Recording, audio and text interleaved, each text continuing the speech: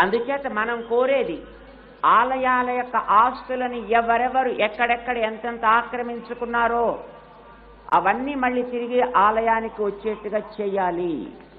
అడుగుదామా వద్దా? ఇది నెంబర్ 1. నెంబర్ 2, ఆలయాల్లో జరిగేటటువంటి ఏ ఆరాధన సమయాలు, ఆరాధనలో వాడే పదార్థాలు, ఆరాధనా సంబంధమైనటువంటి అంశాలని ఆయా ఆలయాలకు సంబంధించినటువంటి సంప్రదాయాన్ని, ఆగమాన్ని, పద్ధతిని తయారు చేసినటువంటి వ్యక్తులెవరో వాళ్ళ ఆదేశానికి అతిక్రమించి ఏ అధికారి కూడా జరపటానికి వీల్లేదు.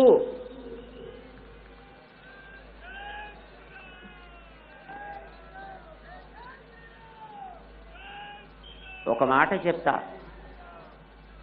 ఆలయాల్లో, తిరుపతి లాంటి ఆలయాల్లో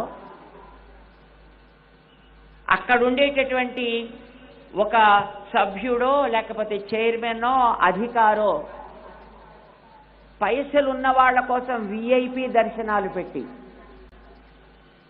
పైసలు లేని వాళ్ళకి రోజుల తరబడి వెయిట్ చేసేట్టు చేస్తే ఆయన ఉండేటటువంటి కాలంలో 4.5 లక్షల మందికి విఐపి దర్శనాలు ఇచ్చేట. 4.5 లక్షల మందికి. అలాగా డబ్బున్న వాళ్ళకి విఐపి దర్శనాలు దేవుడి దగ్గర ఉంటాయా? మిగతా మతాల్లో అయ్యా నీకు డబ్బులు ఇచ్చి నీకు కూడా ఇంపార్టెన్స్ ఇస్తాను రా అని వాళ్ళు తీసుకుపోతుంటే నీ దగ్గర విఐపి దర్శనాలని పెట్టి వాళ్ళకే ఇచ్చి మిగతా వాళ్ళకి అవకాశం లేకుండా చేస్తే వీళ్ళంతా ఇతర మతాల్లోకి పోక ఏం చేస్తారు?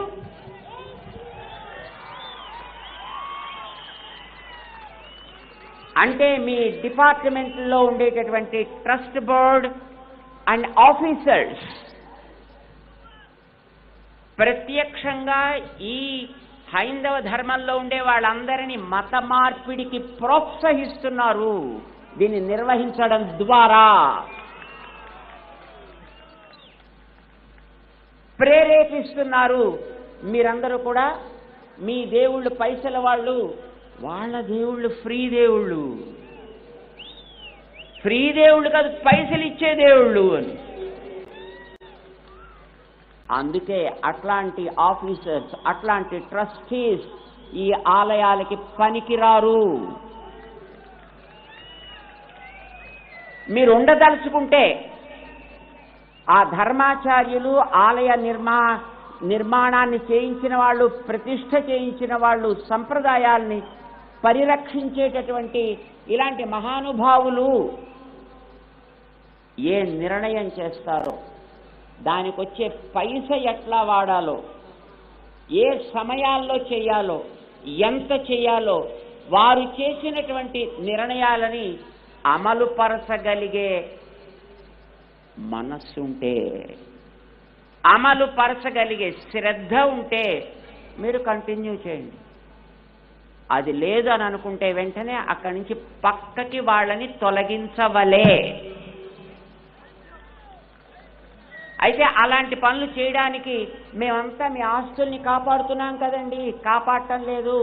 ఎక్కడ 15 లక్షలు, ఎక్కడ 4.5 లక్షల ఎకరాలు అంటే 10 లక్షల ఎకరాల ల్యాండ్ అంతా పోయిందా నీ గొప్పతనం వల్ల, నీ నిర్వాకం వల్ల.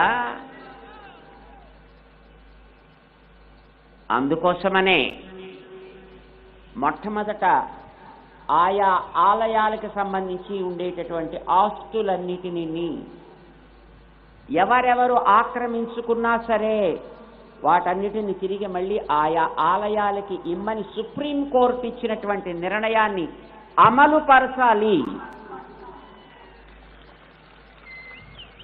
అప్పుడు ఆలయాలు ఎవరి మీద చేయి సాచి దేహి అని అడగాల్సిన అవసరం లేదు. ఆలయాలకు టికెట్లు పెట్టాల్సిన అవసరం లేదు. ఆలయాలు మన జీవితాలకు కావలసిన పవర్ఫుల్ ప్లగ్ ఇన్ సెంటర్స్ అవుతాయి.